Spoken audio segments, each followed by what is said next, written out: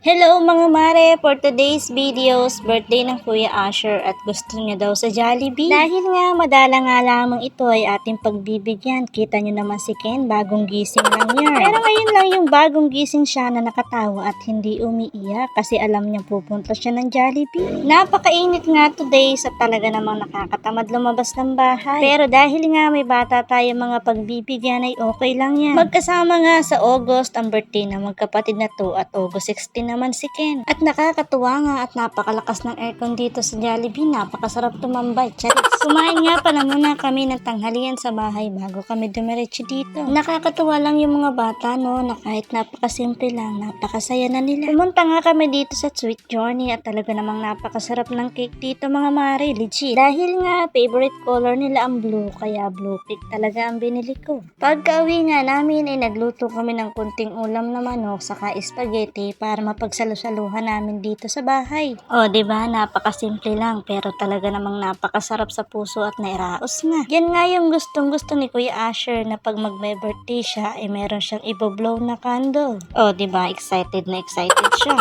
At yun lang mga mare. Salamat sa panonood.